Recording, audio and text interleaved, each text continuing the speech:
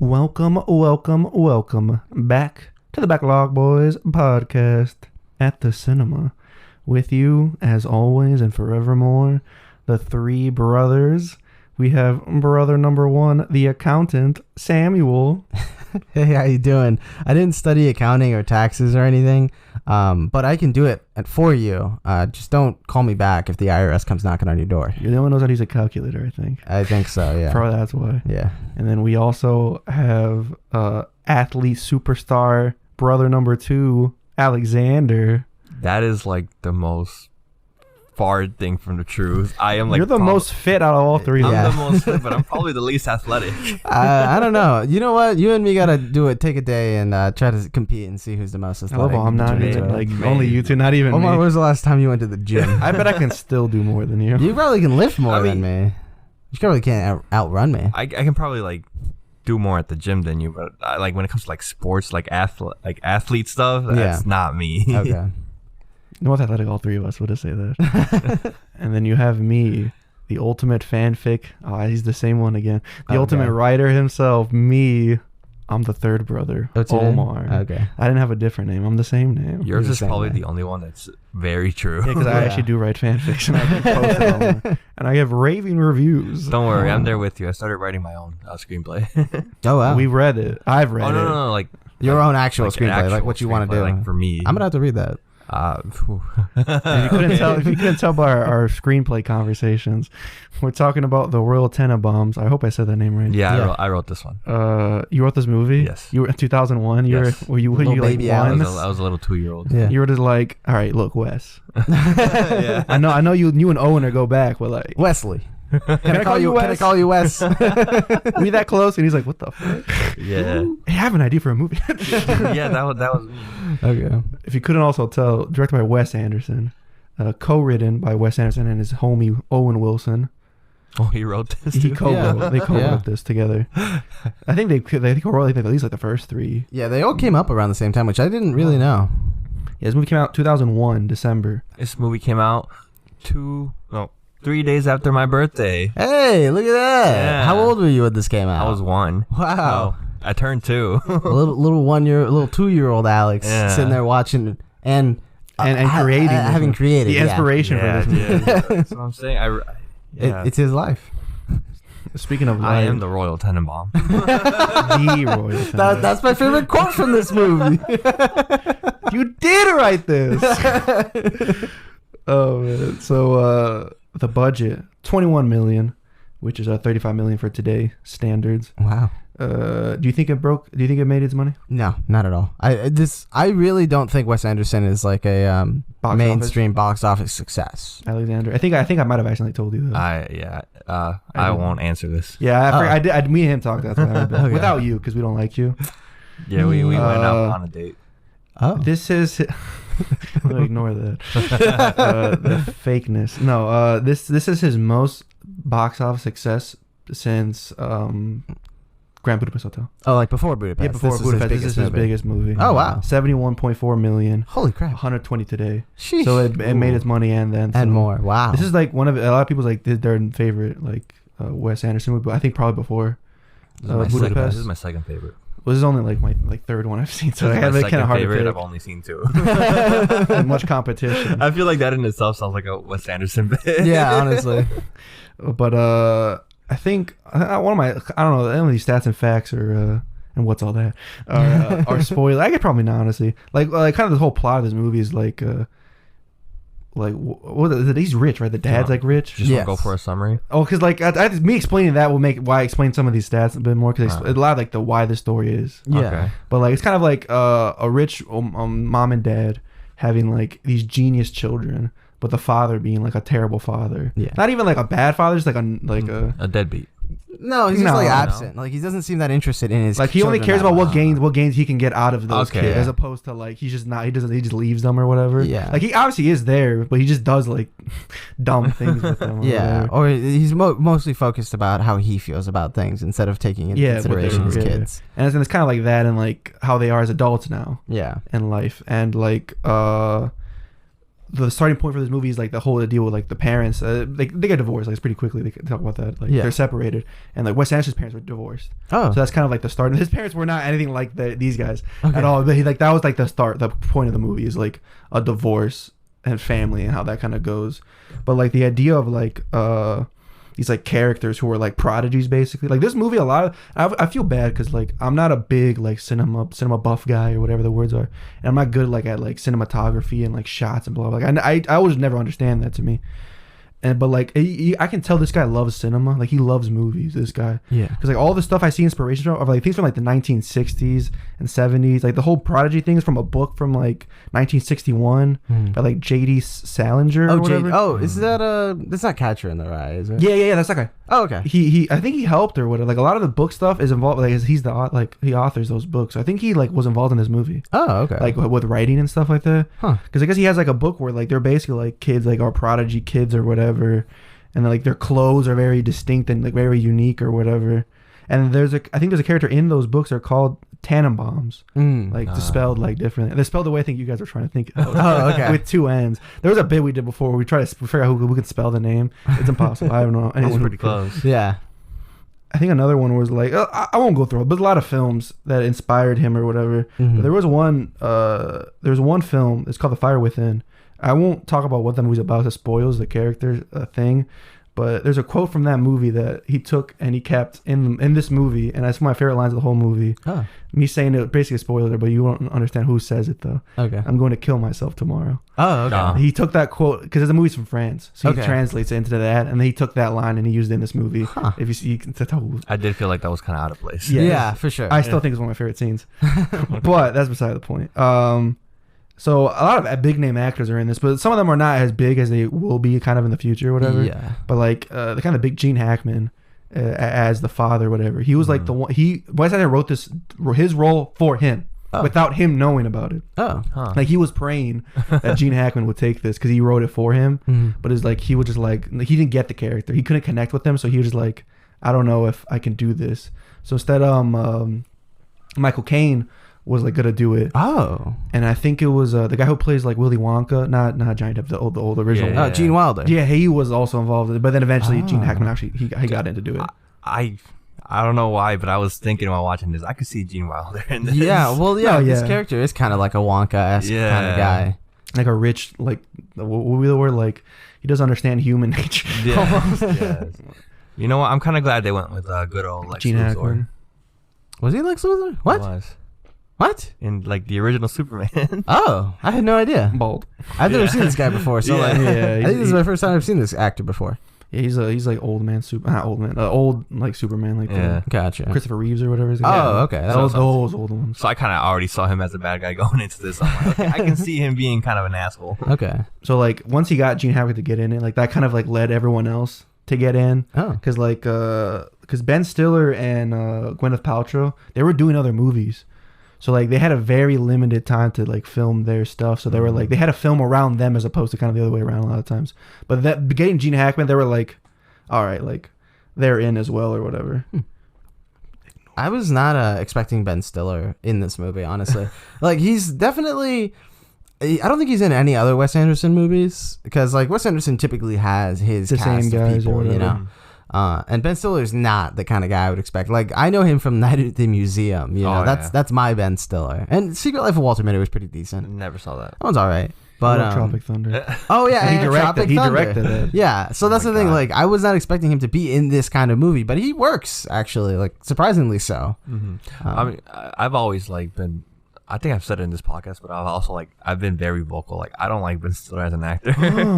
But like when we discussed watching this movie, I'm like, it's Ben Stiller. And you know what? I liked it. He was good.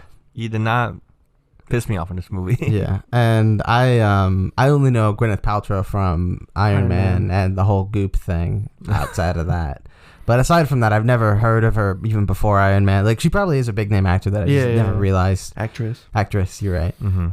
But like I was kind of skeptical when I saw her. I didn't even realize that was her. Like when I saw her in this movie, you know. Yeah. So I do remember when we picked this movie.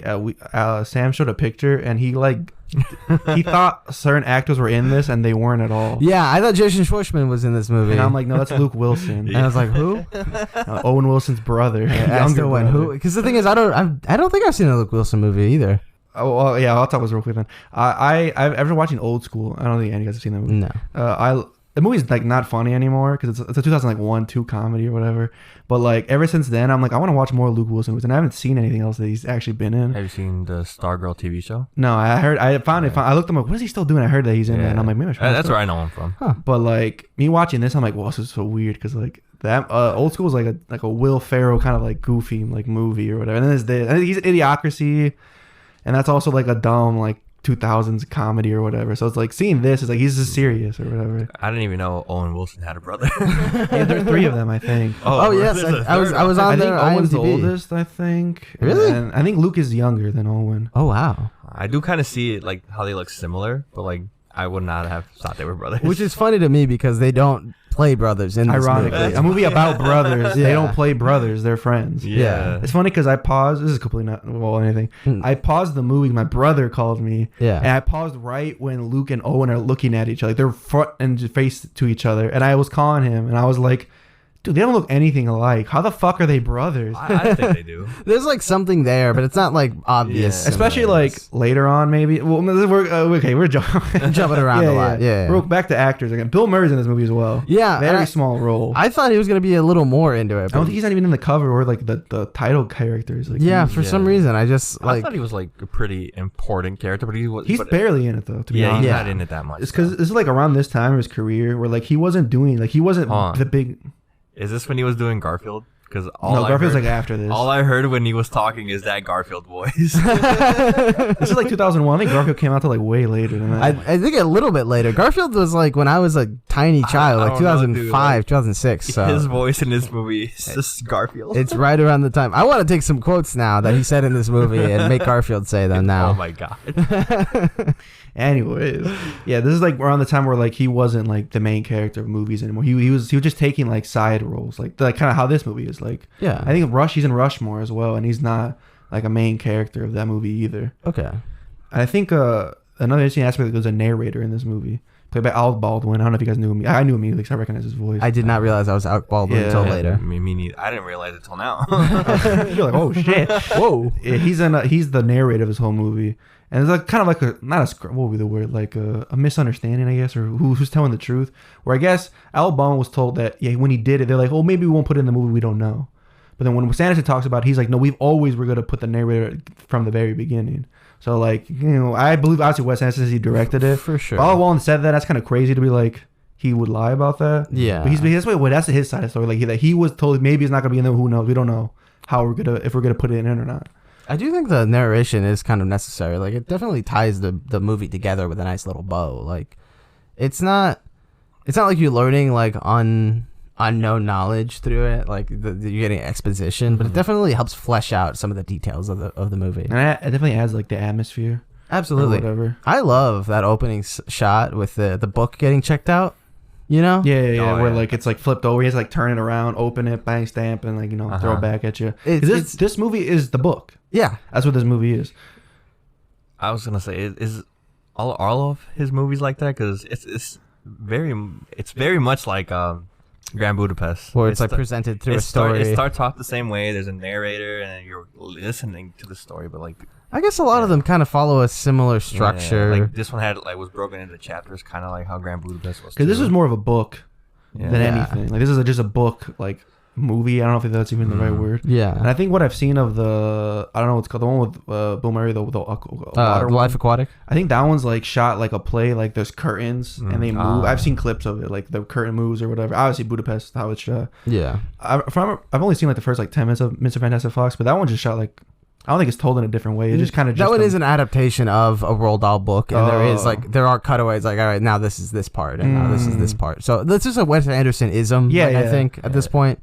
Okay. But I just kind of like that, like little. It's like a pause from the scene. You don't have to do a hard cut or anything between scenes. You're just like, all right, here's a breather. Here's a nice little illustration. Yeah, I would like that'd be very like handy for like long movies. Absolutely. Because then you have like a stop and put like, okay, I can stop here today. Yeah. But like a book. Yeah. But like his movies are like Not that long. They're short. So there's like a weird thing I have with Wes Anderson movies where they're not long, but the first time I watch them, it's like I get sucked into a void. you want more. Yeah, I want more, but I'm also like, holy crap, like, was this really only an hour? I feel like I've been here for like 3. Like, this movie, I was telling I watched it with my younger brother, Diego, and he was like, oh, are you sure we can watch this? Like, I gotta go to bed early. I'm like, dude, it's only an hour and 40 minutes. Like, it's not that bad. And we were like getting towards the end, and it's like, God, what time is it? Like, what happened? Like, oh shit. Yeah, we were like, whoa, this movie's way longer than an hour and 40. And then we looked at the time. It's like, what the what? There was a point where I was like, oh, it's almost over, but I didn't want to check it. Yeah. Because I was just like, nah, I don't want to spoil it. Yeah. Like, if I'm closer now. I'm like, well, I'm pretty sure I'm almost done. It's been like 3 hours or something. I forgot how much, I never checked the length of it. I just assumed it was like, I didn't even know how much time it was. And I'm like, oh, it's still going. Oh, we're still going. Oh, wow. Like, this feels a lot longer than an hour 40. And I think when I paused it, I was like, an hour? Only an hour passed. Holy shit. I think that's because it like goes, it like changes genres really quick. Like it goes from being like comedic to very dark. Yeah, it's a to very being comedic again. There's a lot of like feel good moments in this movie Yeah. that I'm like like, breakneck speed kind of as well. yeah, but it's like not poorly paced. It's almost like expertly paced. Like it's pulling you along in the exact way it wants you to be pulled along.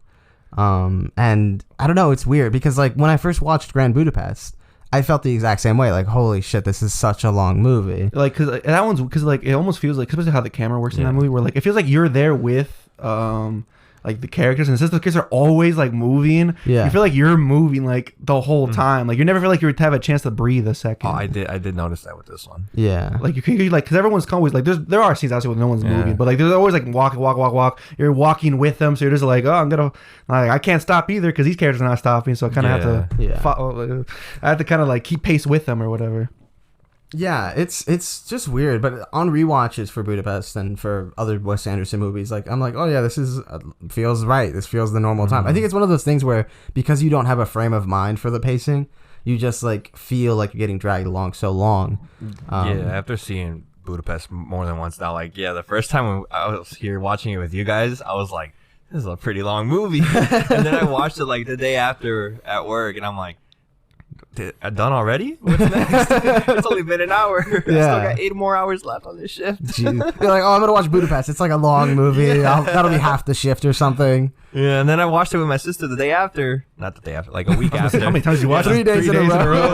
like the week after, and it felt like a 30-minute movie. Yeah, dude, like I'm very curious. Like I want to see like a TV series with this made by Wes Anderson. Like, cause I'm curious how those 30-minute or 40-minute or an hour blocks would feel. You know? Yeah. I don't know. For me, you know, it's I was letting you guys gush so I can go destroy this movie. Oh wow. No. I'm joking. I do like this movie. I do think though, I think Alex mentioned earlier where like you want more.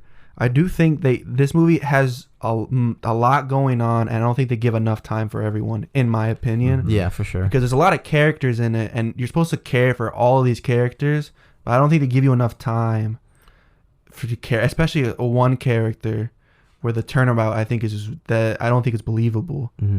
But like the there's a lot. I don't want to spoil it, so I'm trying to figure out. Like I won't go into it as much right now. But I do think not that the pacing's bad, but I think there's too much going on for its own good. And I think there's something about this movie where it's so jam-packed with stuff, though. Each character feels like they could have their own movie. You know what I mean? An own movie focusing entirely on them.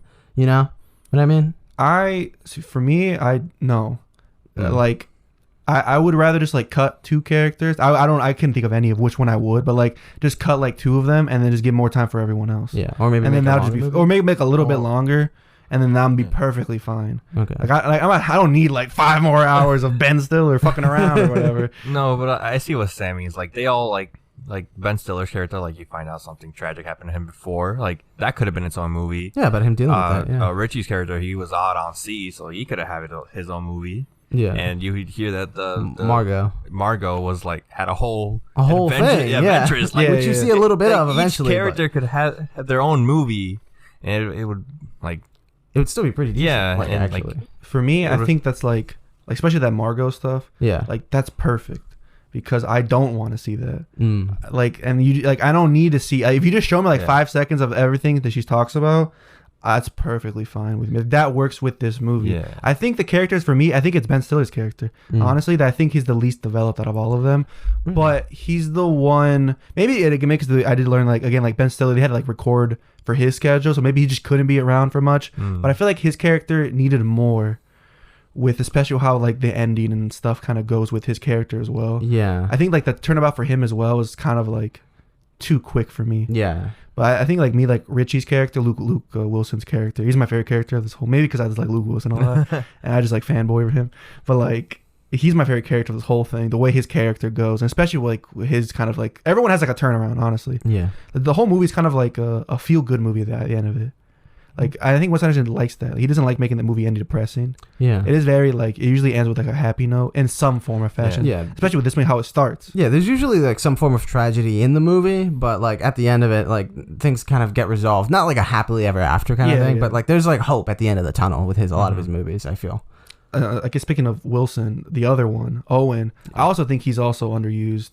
Yes. Like, I was confused by his character until like the end, and I was like, oh, I understand now, and now all the stuff I see makes sense. But I was still very like, obviously he needs to be in the movie, but I'm also like, if he wasn't in the movie, I don't think I'd care that much. Yeah, that's what I was thinking. Like, Yeah. I feel like he kind of just wrote himself in because he wanted to be in it. Or maybe Wes was like, hey, you want to be in this? He's like, all right, fuck it. Yeah. Hey, I got this wacky character. Especially how that character's introduced. Yes. I thought it was gonna be bigger than it was. Honestly, I think his character could have been fused with Luke Wilson's character and had the same. I think maybe like I know I mean, like maybe she could like I wouldn't cut anyone, but maybe honestly if like we the fused stuff that Owen Wilson's character could have been With given Luke. to Luke Yeah. Wilson, And that would have made it like that could have given Bill Murray's character more of a part. yeah, maybe actually. I do kind of like that idea. Yeah.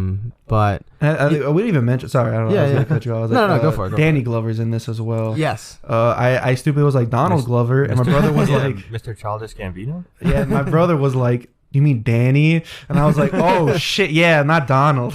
My bad. Yeah, Danny Glover's in this. I think at least in the Terminator 2. Is he Apollo? I don't remember. I think he's also from Lethal Weapon or something. Yeah, he's like that's the main what guy he's from- mainly yeah, known he's for. made from, and then Predator 2. But Not gonna lie, just only because we had this conversation before we watched the movie that we found out he was Danny Glover. I would have said it was Keith David. I would have too. Like I was like, oh, this is a Keith David ass character. Yeah. Like it's Keith David, right? You know, if Like, you describe it to me, I would have like been if we yeah. never had that conversation right now, right here, I'd probably be like Keith David. you would have said that. I would be like, what? Yeah. What do you mean? Yeah, Donald Glover. I think his character's probably like. You said he's Donald. fine. It's Danny. Fuck. Danny Glover, Mr. Glover. I think he's probably perfect. Like his amount of time he has and what he needs to do or whatever. Yeah. Like I just think maybe Ben and Luke, the Wilson brothers. Like, well, I think Luke is perfect, but Owen Wilson and Ben Stiller, they're like the ones who I think they need more time for their character to work. Maybe more Ben because he's one of the main family members as opposed to Owen's character.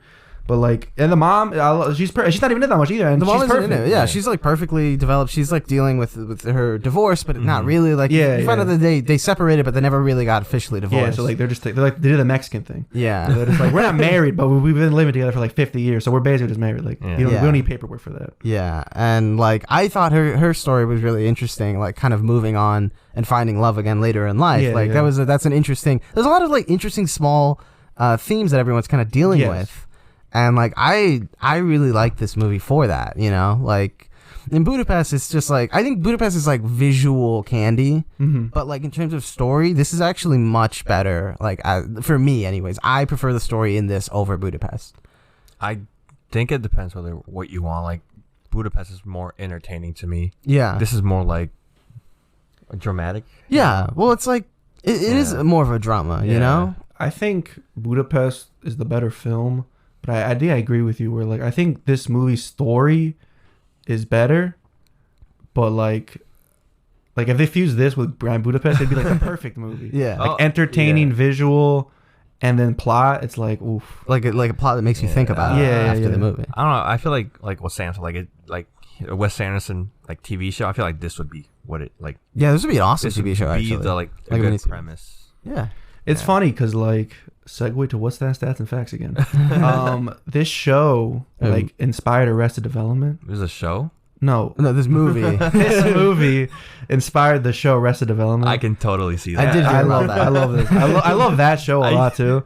And it's kind of like the same plot where like the whole family, dysfunctional family, and blah blah blah. Okay. And like, it's funny because like these characters, you can describe them as Arrested Development, like the actual word itself or whatever, because like they're characters who kind of just locked in place forever, kind of thing. Yeah. But like, yeah, this movie inspired like a lot of things. Like the fashion of this movie is inspired like a lot of people, especially like Richie's and whatever. I forgot Gwyneth Paltrow's characters. Margot. Yeah. Like their fashion inspired a lot or whatever. And like obviously like the music of this movie as well. Like this movie inspires a lot, which I think is funny because it's like, I'm not saying it's a bad film, but and I'm not saying I'm not saying it's a good film. It's a great film. I love this movie. Yeah. It's really good. Yeah. It's just that like if I had to like it'd be like barely passable as great. Okay. Like it'd barely make it to the great levels, if that makes sense. Yeah. Whatever. Well, this is like almost like calling back to the last episode we recorded, like Reservoir Dogs. You love that movie, but I'm not even thinking about it if I'm making a top 50 movies of all time. You know? This one's on there. This one's on it for me, but for you, it's like you're like, yeah, it's a movie, and if you put a gun to my head, I think Reservoir Dogs is better. Wow. But I don't. I guess I'm also saying we're talking about. I think also Royal Tenenbaums would be a movie I'd think about. I want to watch the movie again. Yeah, me too.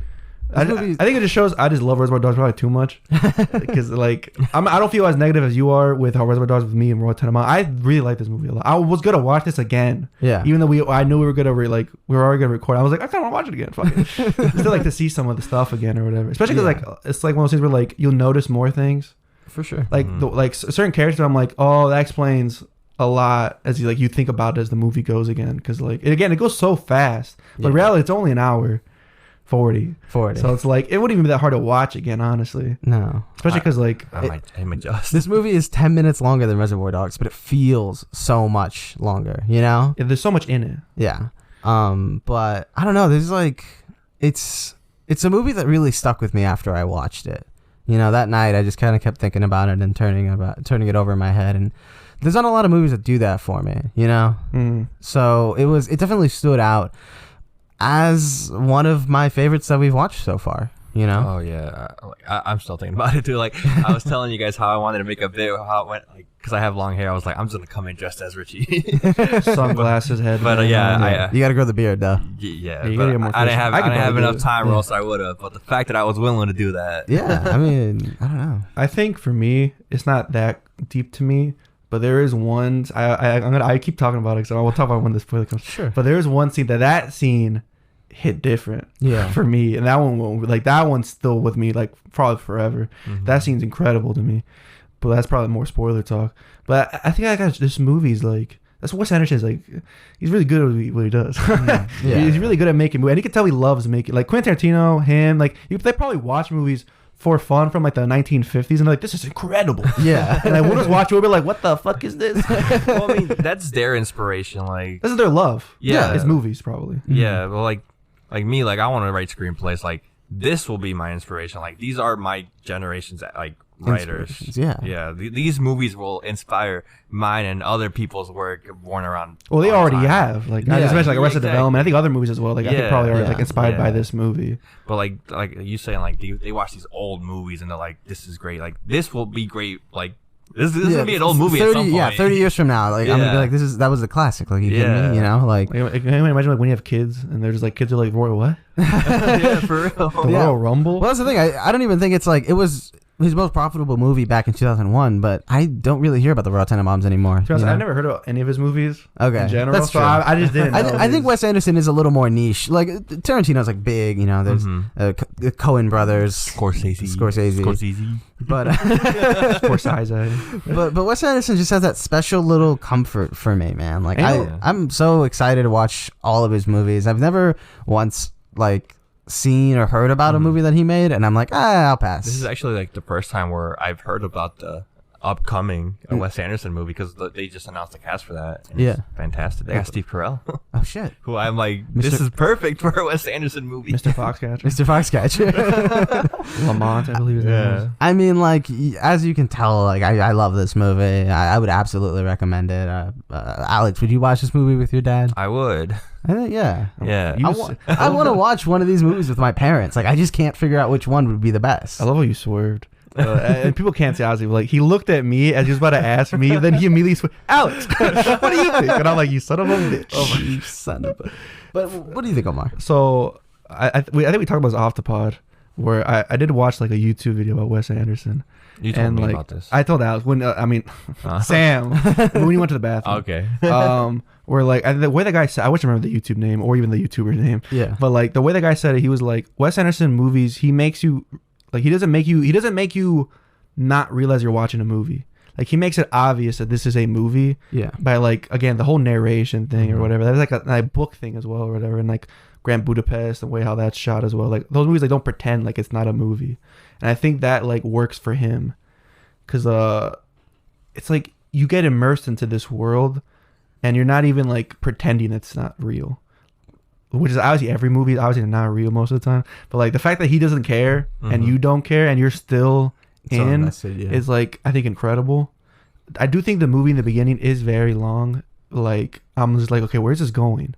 And like halfway in, I'm like, what is the plot of this movie? And I was asking that like a lot of times during this movie, and I was just about to accept this. There's no plot to this. Yeah, I was like, really uncertain where things were kind of going. Yeah, I see that. I was my favorite movie, Vice. Like I was, I'm like maybe it's gonna be like Vice, where like I just not care about the plot anymore and just care about the characters. And the second I started thinking that, more plot came, and I'm like, oh okay, thank God. Yeah. And again, I did think this movie was way like longer than I thought it was. So I'm like, oh my God, like 2 hours have passed, and like we're still in this one part here. I'm like, geez. Yeah. And I'm like, oh my God, they're still like, I'm only an hour in. I'm not even that far. Yeah. So like, it is weird.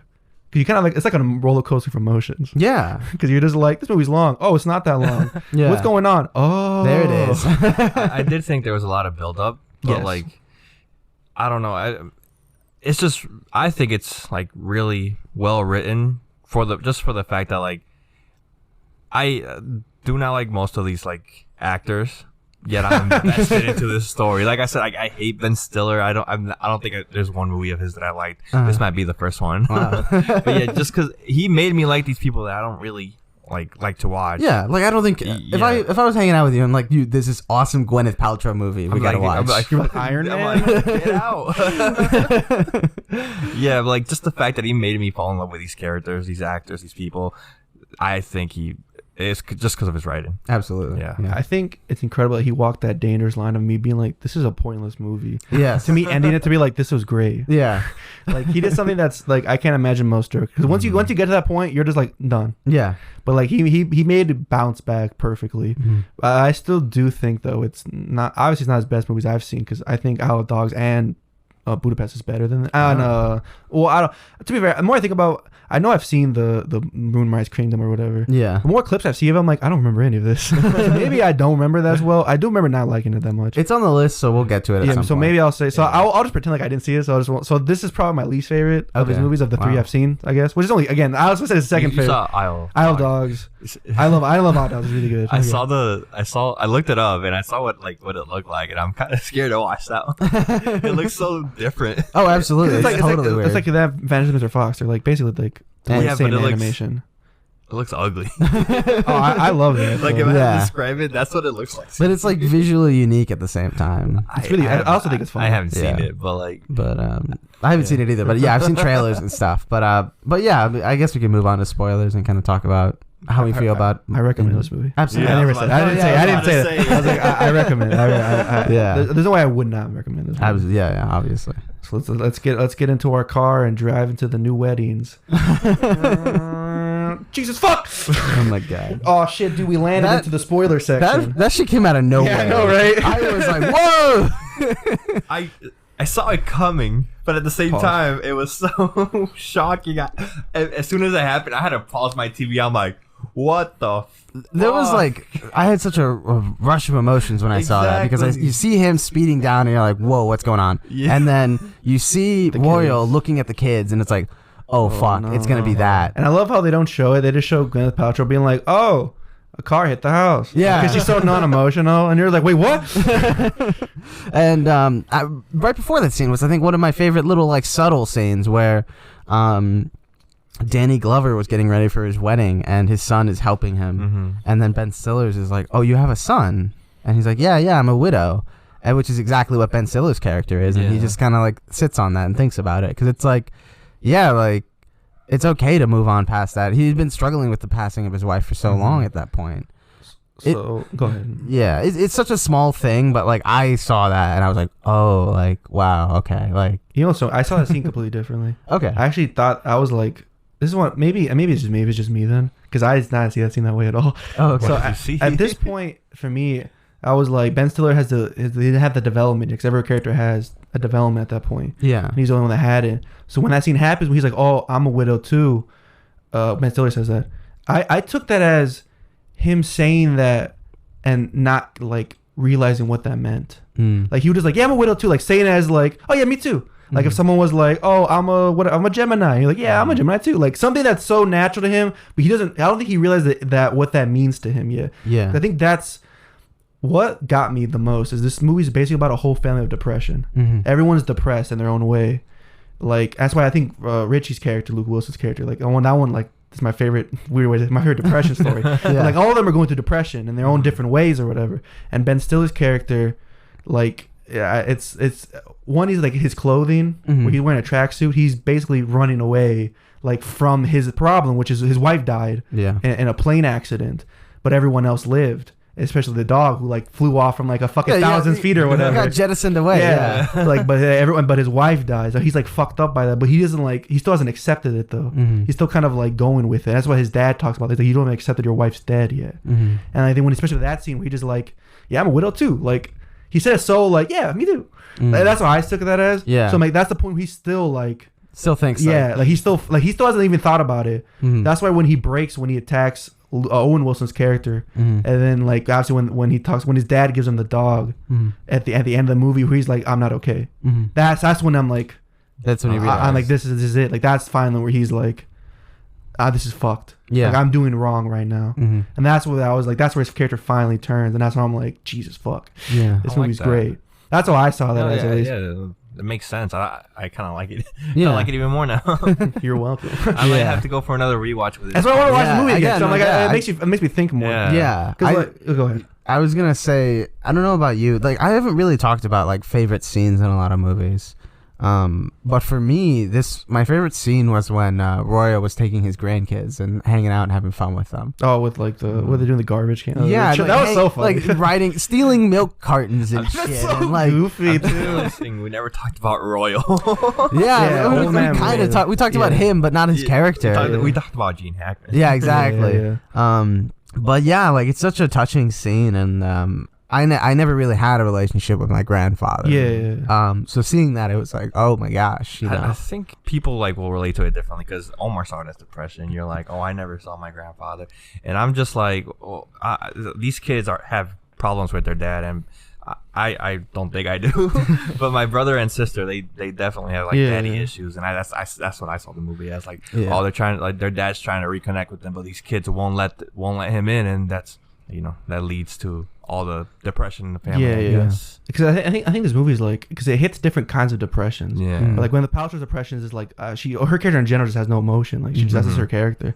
But like, because like kind of early in the movie is like, oh, the mom shows up. He's like, oh, your brother's staying. He's like, why? Yeah. Because he's depressed. And she's like, I'm depressed. And she's like, oh, when? But like that is the truth. Like people can be like that. Like I'm depressed too. Or like, but you just don't know. You don't emote anyway. So like you wouldn't even notice it. Yeah. But for her, it's more of like she doesn't feel anything. Like nothing like makes her feel. Yeah. Which is like an own depression. And Luke Wilson's character's depression is like he doesn't emote, but more of like he has a love and he doesn't do it anymore. Yeah. And for specific because you learn quickly that he loves his sister. But they're not blood related. Yeah, they tell you like Gwyneth Paltrow's character is adopted. Yeah, but and when he said that, it makes sense because the way the beginning is told, like they ran away together and they lived together. Yeah, like in the museum or whatever for like weeks or months, I think. Yeah, or something. For a while. That intro when they're kids, like I'm pretty sure every scene you see them, they're together. They're together. So like that makes sense. And obviously they all know from the beginning because of the dad. They bring it up that he always is like, you're not my real daughter. Yeah, which is a fucked up thing to say. Absolutely. Which is funny because in Arrested Development, spoiler, you learn that like the daughter isn't the actual daughter of them, and then one of the guys like dates her, like kisses her as in like, but like it's kind of a joke though. Okay. But like that's what Arrested Development kind of goes in that too, or whatever. But like, and then obviously Ben Stiller's character depression's like him running away from everything. Yeah. And then like, there's Owen Wilson's character who has like a depression, but he does like the hard drugs. Yeah. Which I didn't really kind of understand until like I know they say it, but it's kind of like weird. The way they play it off is weird though. It kind of just comes out of nowhere. Yeah, and he just says it. He just straight up says like, "Oh, I'm on." I forget what drug he says he's on. And then there's like, "What?" And then he's like, "Yeah." And then like they don't really talk about him again. And he doesn't really show up again. Yeah, so casual about it. And like she only shows up through like him escaping through a window. And they're like, "Hey, you son of a bitch!" That was so fucking. He's out the window. Yeah. No, there was another scene where he was like on TV. And Yeah, they're watching it right before they bust Royal. He's on TV talking about his book. And yeah, like shit talking his book. He's saying some weird stuff, and then Luke Wilson's character Richie, he's like, "Oh, he's on drugs." Yeah, he's on drugs. He's high or whatever. Yeah. That was a good one. Like that was weird. Like they didn't give enough of him, but he's a character that goes through that depression. And the mom is like her depression is probably the least big because like she probably doesn't have as much, but she definitely has like the love thing going on where like she hasn't found a suitor like until Danny Glover's character shows up. For her, it might not be depression. It's more like stress from these depressed kids. I think it's maybe depression in a way where like she doesn't notice it because she didn't have time to notice it. Because she has to take care of her kids so much. Where they kind of show where like she spoils the kids because like one of the scenes where like later like, "Oh mom, I need this." And she's like, "Oh, write the check." Like they didn't care. She doesn't give a fuck. Like she only cared about was teaching them to make them better at their talents, which fucked them over in the end. So like, but that's stressful on its own. Where like a parent has to like they don't have time to even think about themselves because they have to think about their kids. And then after that, she has her own business, so she doesn't have time to think about that either. Hence why Danny Glover's like, "Can I marry you?" She's like, "I didn't even think about that before." And you're the first one to make me think about that. That's kind of like its own depression. And I think with Royal, I don't think he has depression in that aspect, which is why his character is important, ironically. Where he's a scumbag, honestly. But like him showing up fixes everyone's depression because he's just like, he's kind of, he's not antidepressant, but he's like, "What's wrong with you?" He's always like, "What's wrong with you people? Like, what the fuck?" He's like, "I don't understand why you're not having fun." I think he does have some kind of I'm not saying he doesn't yet. But like he because there's a scene where he realizes, "Oh, I'm happy when I'm with these people." That scene is really sad. Yeah, so where he's like, "This is the happiest I've been in my life," and the narrator's like, "This is the first time he meant that. He realized he meant that for real." Yeah. I think another thing. I feel bad. I feel like I'm going hard. I like this movie, and I'm gushing about it the most. I say I mentioned his favorite scene. I've been teasing it. Luke Wilson's character, Richie. He shows up. He's like full hair, full beard, sunglasses on all the time. You have no idea what he actually looks like, to be honest. You've seen him as a kid, and then even when he plays like tennis, he has long hair, and that's it. Though, but sunglasses. I think he has sunglasses. So you don't really see his face, so you don't see him. So he's kind of hiding himself or whatever, especially because he's hiding the truth of what he loves his sister. So like when he figures out the truth about his sister and all the shit she's done. Like she's engaged. She's married. She's been married before. She's basically like, hey, she fucked his best friend, which is Owen Wilson's character. And has been consistently cheating on Bill Murray's character because they're married. And like that scene is so crazy to me. When he goes in the bathroom and he shaves all his hair, which it's crazy to shoot a scene like that because you only have one chance probably. Because you have to shave it, and if you fuck it up, you're like, we go here all over again. You have to probably shave all of it, and then once he starts shaving his face, he shaves it once, and then he looks in the mirror. Then he says, "I'm gonna kill myself tomorrow." Which I'm like, oh, he's gonna kill himself literally tomorrow. No, he proceeds to take out the blade immediately and then just slits his wrist. There's a show called 30 Reasons Why. I'm not gonna talk about it too much, but there's a scene at the end where she does that. And I fast forwarded because I just cannot watch that. That just gross to me. And I think John Wick 2 or 3 has a scene where a woman cuts her wrist, and I had to look away. And this one, the first time I did not. They don't show him doing it, but they show the after. And that's still just as bad. And I still was like, I have to watch. I keep watching because so much. I love that scene. Because his character is just so. The only thing he had left was his sister, and at least the fact that she's happy. But now he like finds out everything about that, and he's like, "Oh, I'm just gonna fucking kill myself." And I thought he was dead. Like, I thought so too. Like you're obviously because he's bleeding like a lot. This movie got really dark. That part, I was just like, "Holy shit!" But then there's a scene where Bill Murray's taking him into the hospital. He's just.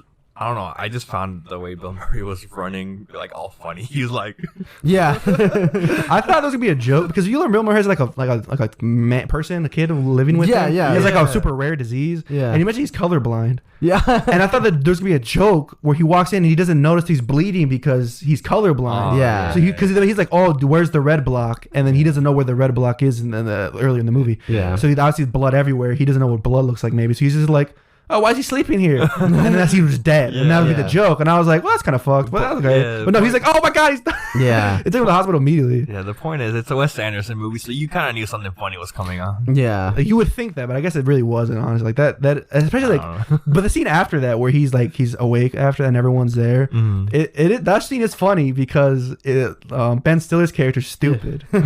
Like he's supposed to be the smartest guy, but he's also like, what is the word? Like, he's like talking with people. Yeah. Like socially stupid, I guess. Yeah. Because he's like, oh, why didn't you write a note? He's like, I did. It's my suicide note. Like, can we read it? No, it's a suicide note. Yeah. And he's like, was it dark? He's like, Yeah. it's a suicide. Like, he has to keep saying like, it's like, all right, stop, Ben. You stop asking your brother questions. Why'd you do it? Yeah. I told you what of my suicide note. Yeah. But like, his character, Luke Wilson's character, is, I don't know why. I just like, I was like, this is great. This is incredible or whatever. Yeah. I think that, was it after he killed himself or attempted to kill himself? He meets up with Owen Wilson.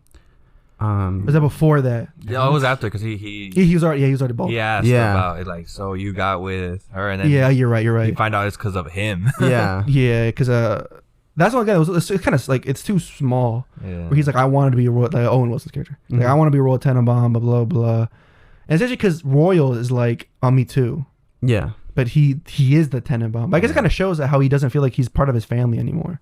Where like he's been away from them for so long, he doesn't really feel like one anymore. Hence why he's like, yeah, me too. I wish I could be a Tenenbaum. But like Owen Wilson's character, he's like, I didn't think he was gonna like, because he's like they hug. He's like, you gotta hug. He's like, you're right. I'm gonna go.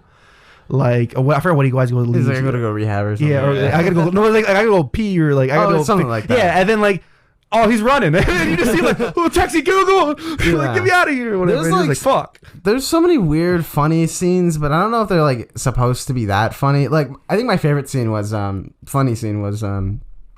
first time that Luke Wilson's character is hanging out with Owen Wilson, and they're just kind of like awkwardly hanging around their house, Owen Wilson's house, and then he just goes, "Oh, you say something? Oh yeah." And then he's like, "No, what'd you say?" And he's like, "What? When? Yeah, like now." It's like, I didn't say anything. Yeah. What?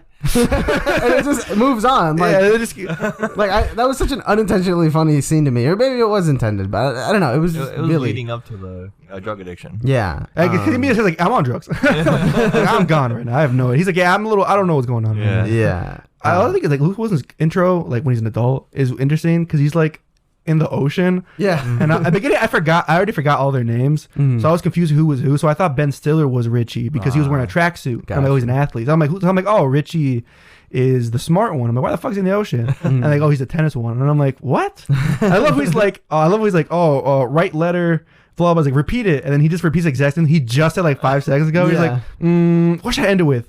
Sincerely, Richie. And like, it's just, he didn't add one. He just said sincerely, Richie or whatever. Yeah. I do like those scenes when he's on the boat or whatever, and he's like, what does the letter say? Like, I just think it's funny the way he says that or whatever. I think also the beginning, it's interesting. So the kids are wearing the same clothes they wear as adults. Like, Richie's wearing the exact same clothes. Gwyneth Paltrow's wearing the same clothes as kids. And it kind of shows these characters, they never grew up. Like, they were too engulfed in, like, their thing. And they're ironically enough, and now they're adults, they're all failures. Yeah. Except for, I guess, Ben. Yeah. He still has a successful business. Yeah. But it's more of like, he's a failure as a father. Yeah. And like Gwyneth Paltrow hasn't written a successful play in like, well, he said like 7 years. Yeah, a couple years at that point. And obviously they say Richie he lost the tennis open in embarrassing fashion and he hasn't played since. So like all these three, like the mom failed technically by doing the thing that she thought was right, which kind of shows like a different kind of like family issue. Where like, that's why I was very confused in the beginning. So I'm like, what is this movie? Especially when Royal comes back, and Royal's such an asshole because he just constantly is just like shitting on everyone. I think one of my favorite ones was with Richie because he's like, so why'd you stop playing? I had a lot of money in that game, you know? Yeah. And you fucked it up for me. You got a couple good years after that. Like, he's basically saying, like, you did the wrong thing. You did it. Like, it's fine. Yeah. But like, come on. You fucked it up. Yeah, you could have played more. I kind of saw that as, like, him being, like, trying to be funny. Obviously, it's like, him that's funny. But it's him still being an asshole. No, because it's, like, right after, like the suicide scene. So he was trying to, like, break the tension. Like, how do you just talk to someone right after that? So try to be like, do like a kind of joke like that. Well, that scene is way before that though. No, that was the funeral. Is it? Not the funeral. When they go to the grave. I think it is. Yeah, when they go to because they're to walk. He still has the long hair. No, that was during the rooftop scene. No, that's way later. You sure? I think they talk about it again on the rooftop scene, but that time he's like, the first time he talks explains about why it. he felt because that he's still way. quit, and he's like, oh, I lost for a reason, but he never told them the reason yet. And then he's like, Dad, you want me? I'll tell you right now. Yeah, or whatever. And I think that's just because they show that he favored Richie, the dad of Royal, favored Richie more. Mm-hmm. And me afterwards, the whole time I was like, why? Because they never say why. He was the most. But the more thought about that, I was like, who gains the most? Yeah. How does he gain the most money out of this with Richie? Because he gambles. Because obviously Ben sues him or whatever, so he loses everything. Obviously, he can't really make money out of Gwyneth Paltrow writing. So like, Richie, I'll just gamble and he'll win. So that's why he cares. That's why when they show when they're interacting, the kids, he's gambling, the dog fighting or whatever. The dog fighting. I love when Ben Stiller's kid. He's like, what is this blood? Oh no, it's the dog's blood. Like, that's supposed to make it better. Yeah, it's so weird. I wanted to touch on the hired help that they have. What is that guy's name? They say his name. It's I something don't. with a P. I thought it was a G. Oops, I don't remember. It was P. It was a P. Pinocchio. No. But his character's so weird because he's kind of just there as like Royal's second hand. He's the first time I actually noticed him like that he would be an important character was when Danny Glover was proposing to the mom. Oh yeah, he like throws his headphones off. Yeah, he looks up and then he takes his headphones off and just kind of like watches. I swear to God, he chucks it. Like, he's like, oh shit. I think so. Yeah, I don't know. It's and I was like, what the fuck? It's very abrupt motion, and I was like, oh, okay, who's this guy? You know? Yeah. So funny. He was doing his work in the background, and you just see him peek out. Like, that's when you're like, wait, how can he hear this? Yeah, he probably like had the headphones in to pretend that he was actually listening. Or maybe he was at something tired, like a wire tapped in that room so he can hear. Oh, maybe. That scene kind of reminded me of. I don't know why I remember this. In Grand Budapest, when I don't know, what would it be, the Jude Law and with old man guy, when he's like, oh, let me tell you a story about the hotel, and then like Jason Schwartzman. No. Like when he's telling the story in the dinner, he's like, oh, I'm talking about this guy's greatest. Well, I don't remember this character's name. He's talking about Jason Schwartzman's character because he's the grandson of the main guy. It's like, oh, his line, and when he says that, his predecessor. Yeah. He walks back because he leaves the scene. Because he's the background character, but then he says like his predecessor, and he pops his head back out like, wait, you talking about me? But like he's not in focus. He's like all the way in the back or whatever. He's like Jude Law's the main character, so like that's kind of like that. Where like he's not even in focus. He's like all the way in the back, but then you see him like what and like throw that shit down. But then like the scene's still going, so you kind of have to pay attention to the scene. Or whatever. Yeah. That's what he in general. I hope that doesn't sound bad. I hope what I like about Wes, like he does that a lot. Like background stuff happens. Yeah. Like things just move, and like if you don't watch it, that's fine. But if you also watch it, like, oh, it's like, oh, that's neat, interesting. You know, whatever. I thought the scene. When Royal admits how he first met that guy. He was like, oh yeah, he stabbed me. The way he says it, he's like he saved me. He saved me after I got stabbed and took me on foot or whatever. And he's like, wow. And he's like, who stabbed you? He did. And then he's like, I was an assassin. He's like, hey, he was hard to kill me. And then he took me to the hospital. And then when they get kicked out and he fucking stabs Royal again, I was like, what? He's like, you son of a bitch, and stabs him. The thing that Royal says right after is like, that's the last time you stabbed me. Yeah. It just sounded like he was like expected it. Yeah. He's like, but he's like still helps. Like, all right, get in the taxi and get out of here. He like takes him to the hospital, helps him patch. It's so weird, like their relationship. It's funny, man. I love when he's like, do you have money to pay for this? I don't have any money. What do you mean you have no money? How am I gonna pay? And it's like, obviously he has no money. You're the one who pays him. So if you don't pay him, no one pays him. What do you mean? God. Yeah, his character. I think I imagine over like his like redemption is too quick for me. Where they're like, yes, because he goes from like being a scumbag almost his whole life. It makes it seem like a minimum, at least from his family, to like the only way I can possibly explain it is that because his son tried to kill himself. Because but even then he was already working as the elevator guy or whatever. But like that's kind of like when he starts getting more close with him. But like again, that happened after he became a worker. So you would think it's like, I guess he's so desperate. Because now he has nothing anymore. I feel like it's because the movie was trying to focus on all the other characters and forgot about Royal. Because I feel like he was gone for like a good while. Yeah, he was. Yeah, yeah, and the whole movie was him trying to like reconnect with his family. I feel like half of that like or like it should have been more in there. Yeah, that would have been more of a transition than him just changing like overnight, basically. Because I think like. I get, because again, Wes Anderson, like he didn't want that to end and be like they have no connection with their father and the father dies. Like him trying to reconnect with his kids and in different ways, and he technically doesn't succeed in it, like in every way. Obviously, Richie is like he's like I'm fine with it. Yeah, like, I love that in the rooftop where he's like I've been a good dad. He's like I know, but I know like you tried or something. He says something to that degree or whatever. Yeah. But I think with Gwyneth Paltrow's character is like really depressing because she just like, what's my middle name? And he's like, oh, and he like guesses. He's like, it's Helen. He's like, oh, like my mom's name. He's like, yeah, I know.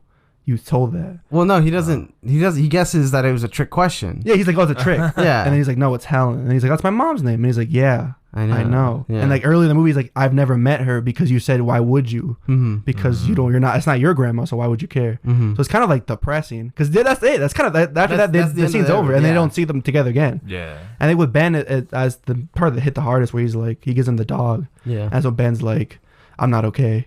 And he's like, yeah, I know. Or something to that degree or whatever. Yeah. And I had him being like upset. He gives the divorce for realsies to his wife. Yeah. And he's like, you know what, Danny Glover, you're a good man. You're a good fella. I'm sorry I'm being racist. Bye. And Yeah. he like fucks off. And he was also really racist to him a couple. He's like, oh, come on, Coltrane. He's like, Coltrane. Yeah. It was like really weird. But And it he's wasn't like shucking and jiving. And I'm like, oh. Hey, but at least this wasn't a Tarantino movie because we all know what happened. He would have said Yeah. realsies or whatever. Yeah. But There's a scene, there's a lot of good scenes in this movie, where he tells his wife that he's dying. Oh yeah. That scene is crazy because he's like, I'm dying, Helen or whatever. I don't remember her name anymore. I said Yeah. Helen. I think that's his mom's name. When she's gone Yeah. from the scene, and then you see her slowly walk back and get kind of emotional, and he's just like, I have like 6 weeks, and then she's like hysterically crying, Yeah. and then he's just like, oh, not really. He's like, I need a little time, you know. Yeah, and then he's like, what? It's like, oh, are you dying or not? And he's like, I'm dying? Because he's realizing that if he doesn't say that, she's going to fuck off and leave and not care anymore. So he's like, I'm dying. And the whole point, like halfway of this movie is like him faking that he's dying. Mm-hmm. And the only character that doesn't believe is Ben. Well, in fact, Gwyneth Paltrow doesn't give a fuck. Yeah. And after Richie just cares about his dad. Richie brought him into the. Yeah, I love that scene because he's just like, we gotta let dad stay here, blah, blah, blah. He's like, well, it's gonna be hard to kick him out. He's like, what? And he's like, yeah, he's in my room right now. He's already there. And it's like, what the fuck? I think what happened was like they were talking shit about him, and then Richie's like, well, why don't you go tell him? He's upstairs. Yeah. He's like, wait, right now? It's like, yeah. But like, yeah, that scene, I remember, I guess I've heard that like Gene Hackman was pretty hard to work with. Oh. I guess he was kind of like, asshole kind of, and that scene where like she slaps him, like she like slapped him really hard on purpose, like because she didn't like working with Gene Hackman at all. Oh wow. So like I don't know if like that is how if he's a bad like how much I don't know much of Gene Hackman outside of acting, so I don't know, but that's what I've read about like that he was a little difficult to work with in this movie, which sucks because he's like the crux of this whole fucking movie. Yeah. I think another thing we haven't mentioned is the kids. Ben Stiller's kids. Oh, right. I think it's adorable that they're wearing the same suit clothes. Yeah. They have the same fucking hair as him, basically. Yeah. I think it's so adorable. Is one of them played by the one that played him as a child? No, they're different actors. Yeah. Because I swear one of them look exactly like. That's so good. You get casting like they look they look like they could be his kids. Ben's kids. Yeah. I think they're cute because they're just like they're just again like their dad, like just like having calculators and doing math homework or whatever. Yeah. But they also like don't give a fuck. I really like their relationship with Royal. Yeah, because it's like it's fun. He just like come over here, and he's like, who are you? He's like, I'm your grandfather. Oh, we've heard about you. And he's like, you want to go fuck around? And he's like, yeah. I was like, I love he's like, call me Pap or Pappy. Because he's like, oh yes, Mr. Roy. He's like, oh, call me Pappy. He's like, yes, Mr. Pappy or something. And he's like, all right. Then he go like, let's roll out, kids. And they're like, yeah, something like that. Yeah, There's one scene later where they refer to him as Pappy while talking to Ben Stiller, and he's just like, who? Who's that? Ben. It's so weird. I think out of all the actors, I think Ben is the worst. That sounds mean to say. Yeah, actually, my younger brother kept saying like, I wish it was like Paul Rudd or something. Oh, that'd be so great. I think Paul Rudd would actually be nice. I don't know if Paul Rudd. Maybe it's like I don't think Ben. It sounds mean to say. I don't think he's trying. I think Ben is still playing the same characters he always plays, which is like kind of a goofy. Because I mean, you guys seen Zoolander. Mm-hmm. I doubt it. You guys just mentioned you guys haven't seen Ben Stiller or anything else. No. Yeah. I've seen Zoolander before, and that movie's really dumb. But like, they're not the same character. But Zoolander's like an idiot. Yeah. But like there's moments where I'm like, he's acting like an idiot. And I guess he's supposed to act like a child because he's like he looks like a child because he looks like his kids and blah blah blah, like metaphor wise. But there are times where he's just like his dad's like, "What's wrong?" And he's like, "Nothing." And he stomps away. He was like flipping through a book very loudly. Yeah. I love that scene where he's like trying to talk and he's just like, "I don't know, blah blah blah," like giving him sass basically the whole fucking time. Or whatever. They are essentially like grown up, spoiled brats. Yeah, they're that's what like I mentioned. Like, they're like kids, but in adult bodies at this point. Yeah. But I think I've gushed about this movie, the movie that I probably liked the least out of all three of us. Yeah. I've gushed about it. That's what I meant. Like, it took until the ending though, Yeah. for that to hit though, and maybe I think that's not a bad thing, but it's like that. It's why you felt the way you did. Yes. Like, It felt. This is a back and forth. It's. I don't know. We should cut this part out. Oh my god. You know what I mean? oh That's what I feel about this movie. yeah, don't even wanna give that's them- getting cut out. Please keep that in. I'm and not just keeping it. Bleep out. Am I wrong? Yeah. Alright, so Omar just said some weird shit. Yeah. Anyways, That's how much I love this movie. maybe we should move on. And hopefully we get a movie that we feel just as good about. It's 'cause I a think you movie, so. Yeah. Me? No, Sam. Oh, you said you. How am I supposed to know? I was looking at you, but he was Look me right in the eye. It's a you movie. he was. Alex is not looking at me at all. Sam was talking, so that's why. You have to say names, goddammit. Even I'm confused that I'm visually looking at it. I thought he meant an Omar movie. But, Yeah. I was like, this is my movie. What do you mean me? so we've been on a good track record of movies lately, I think, and I might ruin it, guys. So You're the one with the most potential to Hey. fuck this up. I could. As long as it's American Pie, I won't complain. To be fair, I think you have a lot of Wes Anderson movies, so you might. I think I do too. So let's see what I'm slightly what pops nervous. baby. I'm gonna fucking freak it. Minari. What is it? Oh, Minari. Okay. Zutari. It's a movie that came out actually a year or two ago about a Korean American who immigrates to the United States. I don't know a lot about it, but I have it on Blu-ray. Okay. That's all I know about it. I got it for like $1. Cut me Elvis in my race. Oh, you mean Parasite? For a foreign film? Squid Game. Squid Game? That's a movie? I know this dude. Yeah. I don't know what Minari is. Walking Dead dude. Which one? Yeah. Oh, the Asian wait. dude. Is that the one where it's Mr. like? Invincible. Where is it? This movie is great. Isn't it the one where like it's all in Korean, right? No. Is it not? I don't know actually. I mean, There's a movie I know he's in that I heard is really good, and he's in it, and it's like a Korean film. it might be. No. Are we not recording? Are you just standing up? Oh, we're still recording. Sorry. Yeah. I got. Sam got too excited. He's like, Minari. Yeah. Got from Invincible. I put this movie on, and I didn't know what it's about. It's just because I have the Blu-ray. Yes. Anyways, Glenn from The Walking Dead. I have it on Blu-ray, so I don't know how you guys are gonna watch this. Oh, we're probably. Oh, fucked. it's I get it on YouTube because I pay for YouTube Red. Wait, I have That's on YouTube Red? Yeah. What? I have YouTube Red too. Oh, well, High there you five. Let's go. go. Nice. Paying government money. Well, if you have YouTube Red or a Blu-ray copy of Minari, yeah, you should watch it Or with legally us. stream it. Yeah. All right. We'll see you later. Watch it with us because bye. Bye. Watch this. Now available to own on DVD and video.